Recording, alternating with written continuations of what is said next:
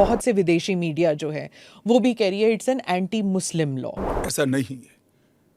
आप इस लॉ को आइसोलेशन में नहीं दे सकती। इस देश का एक इतिहास है। इस देश का विभाजन धर्म के आधार पर होना ही नहीं चाहिए था, मगर उस वक्त किया गया। और स्वयं कांग्रेस के नेताओं ने आजादी के वक्त सैकड़ों भाषणों में कहा है कि अभी मारकाट चल रही है, अभी जहां है वहां रह जाइए, बाद में जब कभी भी भारत में आएंगे आपका स्वागत है। परंतु बाद में इलेक्टोरल पॉलिटिक्स चालू हुई, वोट बैंक की राजनीति चालू हुई। अगर आप पारसी और ईसाइयों को ला सकते हैं, उन वो जो रिलीजन्स है, they were not born in India, तो अगर आप पारसी और ईसाइयों को ला सकते हैं तो मुसलमानों को क्यों नहीं? देखिए, मुस्लिम आबादी के लिए ही वो हिस्सा आज भारत का भाग नहीं है। वो भूमि इसीलिए दे दी गई थी। फिर तो हर देश से अव्यवस्था से जो आना चाहिए, इसके लिए भारत के दरवाजे खोल लो।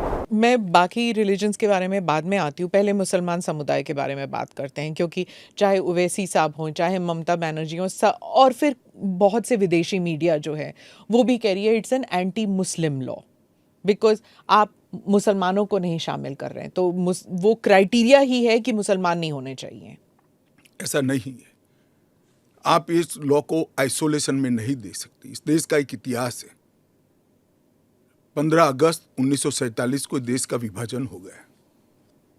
देश 3 हिस्सों में बंट गया। वो बैकग्राउंड है। भारतीय जनसंघ, भारतीय जनता पार्टी हमेशा विभाजन का विरोध किया। हम कभी सहमत नहीं थे। इस देश का विभाजन धर्म के आधार पर होना ही नहीं चाहिए था, मगर उस वक्त किया गया।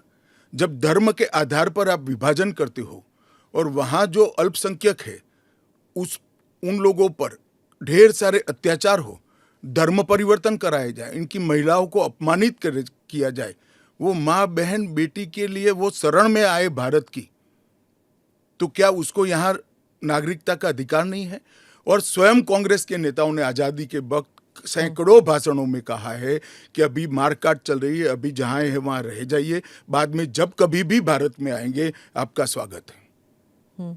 परंतु बाद में इलेक्टोरल पॉलिटिक्स चालू हुई, वोट बैंक की राजनीति चालू हुई। अपीसमेंट के कारण वो वादा कांग्रेस पार्टी ने कभी पूरा नहीं किया जो आज नरेंद्र मोदी पूरा कर रहे हैं। सर, जो बाकी समुदाय, बाकी जो रिलीजन्स हैं, चाहे हिंदूज हैं, जैन हैं, बुद्ध हैं, सिख हैं, उन सबको तो मैं मानती हूँ, ठीक है, देवर रिलीजन्स बॉर्न इन इंडिया, इसलिए पर पारसी और अगर आप पारसी और ईसाइयों को ला सकते हैं, उन वो जो रिलीजन्स है, they were not born in India, तो अगर आप पारसी और ईसाइयों को ला सकते हैं तो मुसलमानों को क्यों नहीं? देखिए, मुस्लिम आबादी के लिए ही वो हिस्सा आज भारत का भाग नहीं है। वो भूमि इसीलिए दे दी गई थी।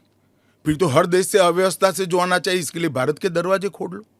भारत कहां बचता है?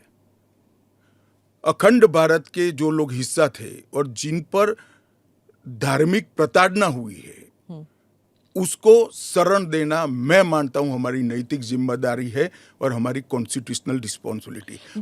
और स्मिता जी, आप आंकड़े की गहराई में जाइए।